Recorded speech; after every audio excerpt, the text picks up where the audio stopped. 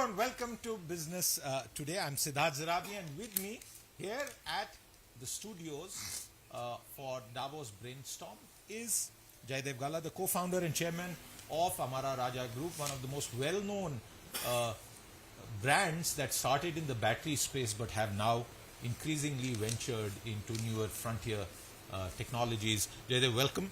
The conversation today is not with your previous hat of being a politician, but since you understand the political economy, not just of India, globally, I want to begin for the benefit of viewers with the last 48 hours and what's happened in Washington. Attention was focused on day one of Davos there more than this place. What is your initial reading of the signals that you're picking up, especially for global trade, tariffs, and the consequent likely disruptions? So that's a very good question. I think everybody's been waiting and watching ever since the election results in the U.S. were announced. And President Trump has made a lot of statements. Many of his close advisors and associates have made a lot of statements, including many from the business community in the U.S. And I think there's going to be some profound impacts that we have to be ready for. But the sense I get from the rest of the world, whether it's Europe or Asia, is we need to get on with our business.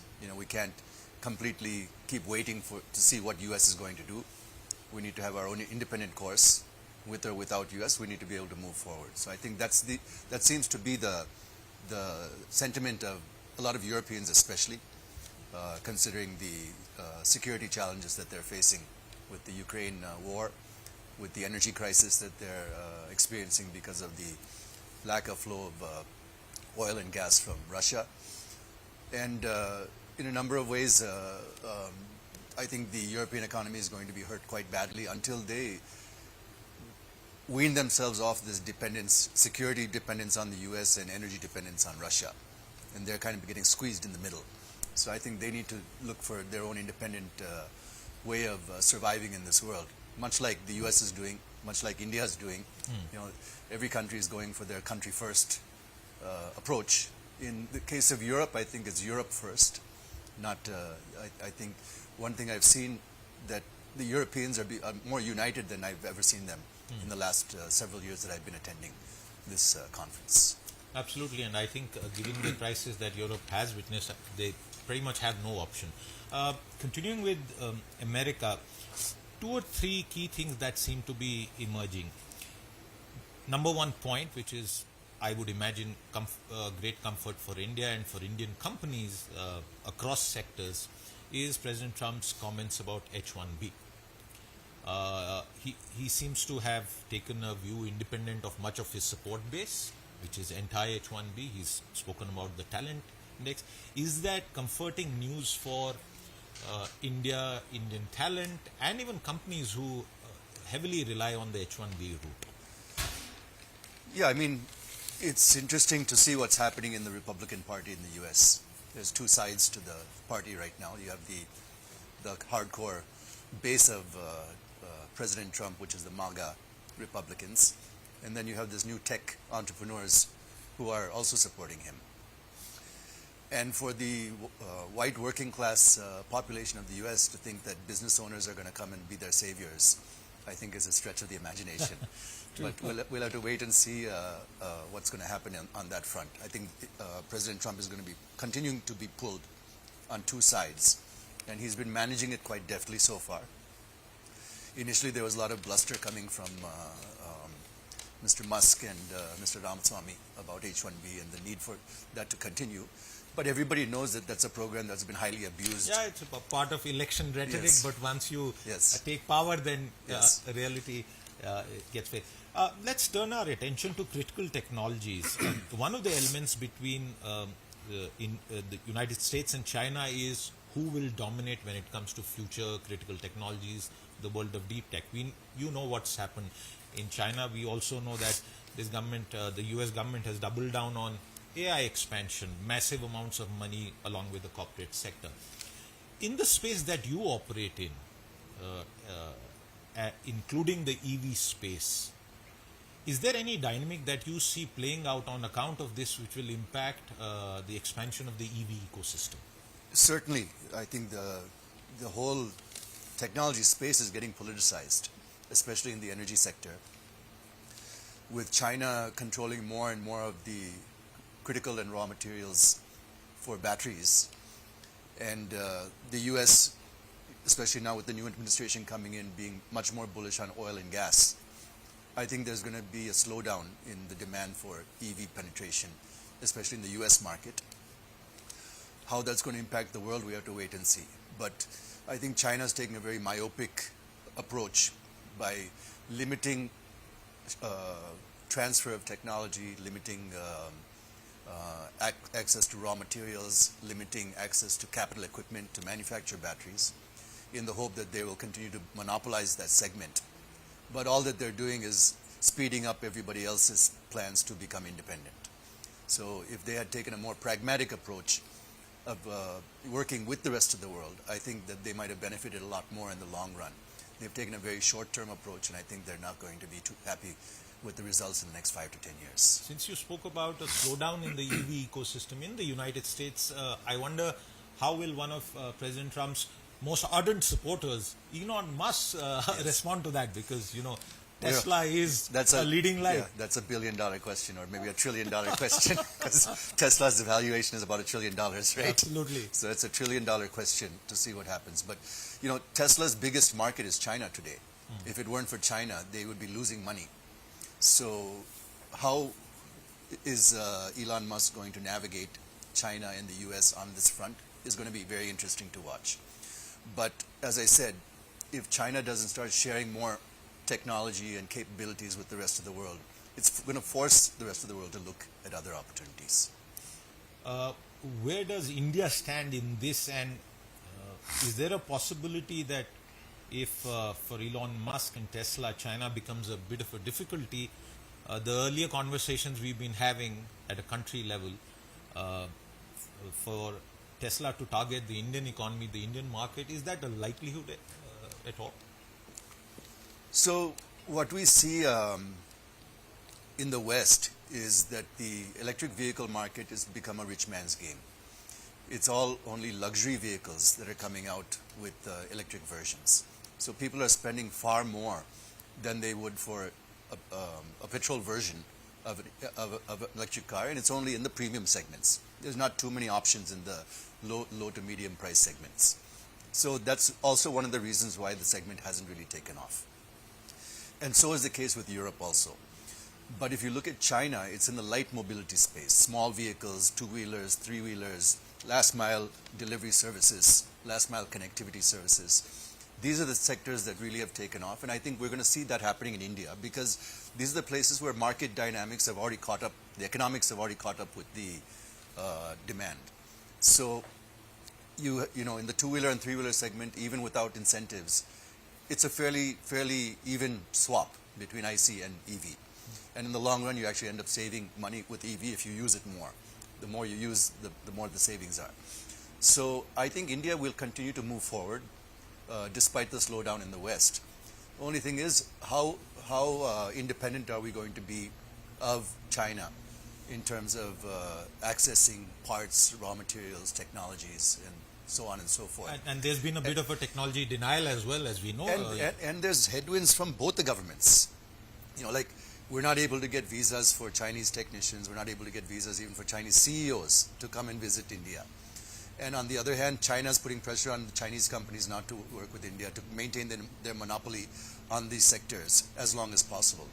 So in spite of the private sector wanting to work together on both sides, the governments are kind of holding us back right now. So would it be fair to ask the question that is the Indian EV space now going to be in a tough spot? No, as I said, I think the EV space as such will move forward. But it's a question of how long will it take us to indigenize the critical components. The gap, and you spoke about how in the US, for example, the EV is a rich man's game and a sort of, hobby maybe. Yes. In India, you're absolutely right. We've seen mass market adoption, but the price differential between an ICE vehicle and an electric vehicle still exists, and there have been some questions around reliability, the quality of the technology. How do you foresee India's own domestic EV market, along with the policy support that has been provided, evolving over the next couple of years, Jayadev? So as we indigenize the critical components, the cost should come down. It should become similar to the Chinese situation. And even today, if we look at like Nexon from, not Nexon, what is the Tata Harrier EV, is that what? No, the small one, the one that's doing very well. Okay. I'm not able to recollect suddenly, but that's in a very good price point. You know, that's the kind of prices we need for faster adoption. But I think that, as I said, Indian market will continue to grow in the light mobility sector in EVs. Prices will start to stabilize as we start to indigenize more and more of the critical components, especially the battery. The battery is almost 40% of the cost of the passenger car. Absolutely. So if we can indigenize the cell, we're already manufacturing the batteries by importing the cells. But if we can start manufacturing the cells in India, that should bring down the cost also substantially. I remember, another earlier Davos here, and you had spoken about the lithium-ion foray. I wonder if you could provide our viewers an update of where that stands.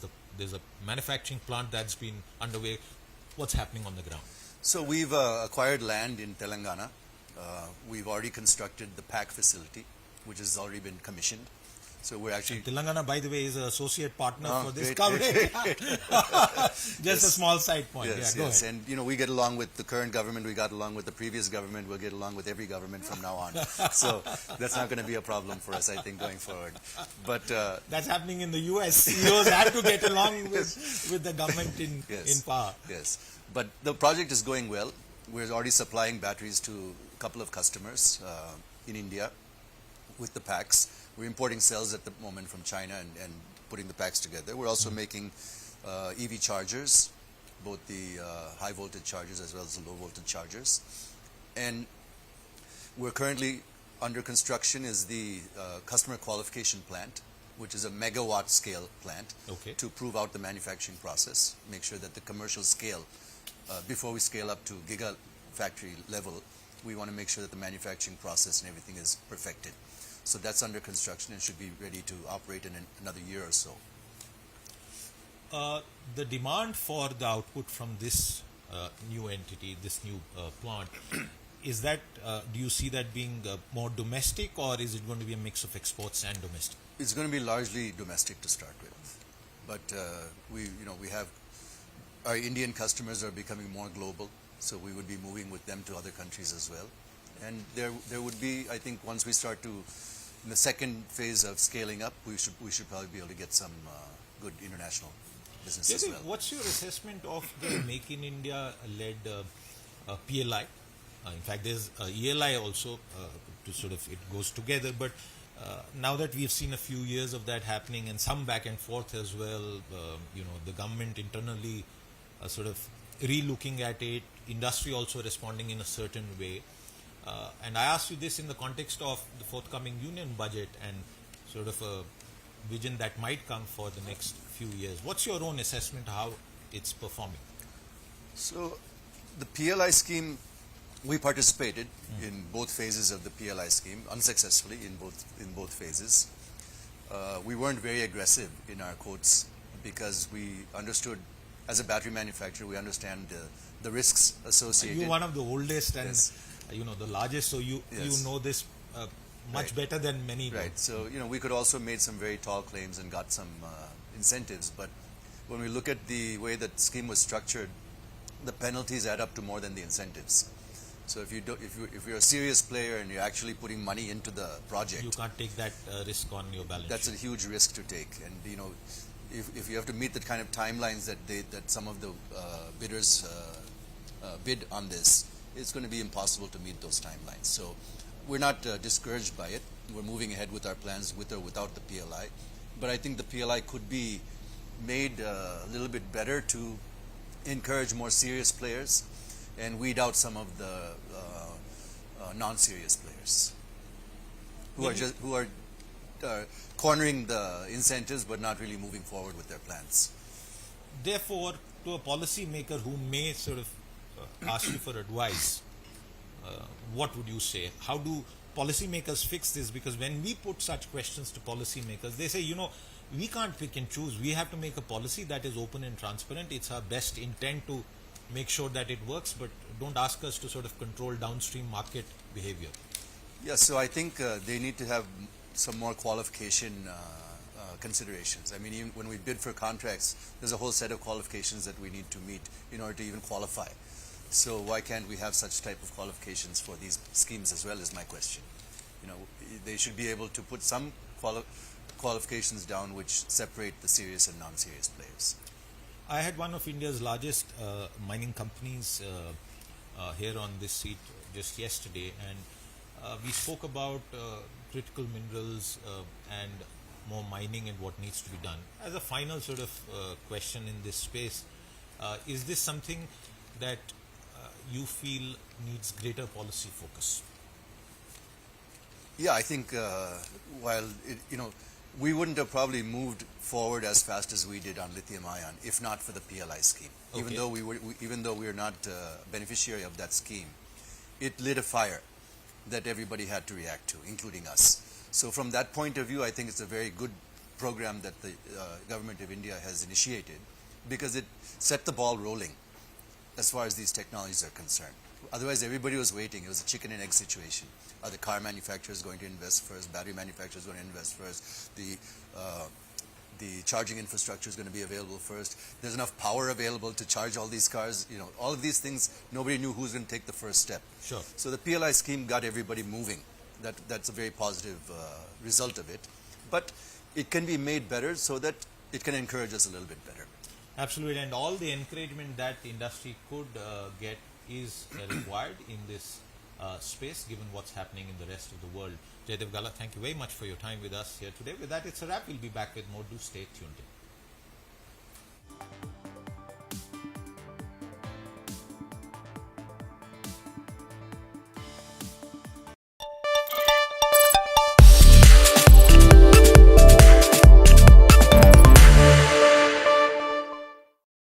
Hello and welcome to Business Today. I am Siddharth Zarabi, and with me here at the Davos brainstorm is Prashant Ruiya, the director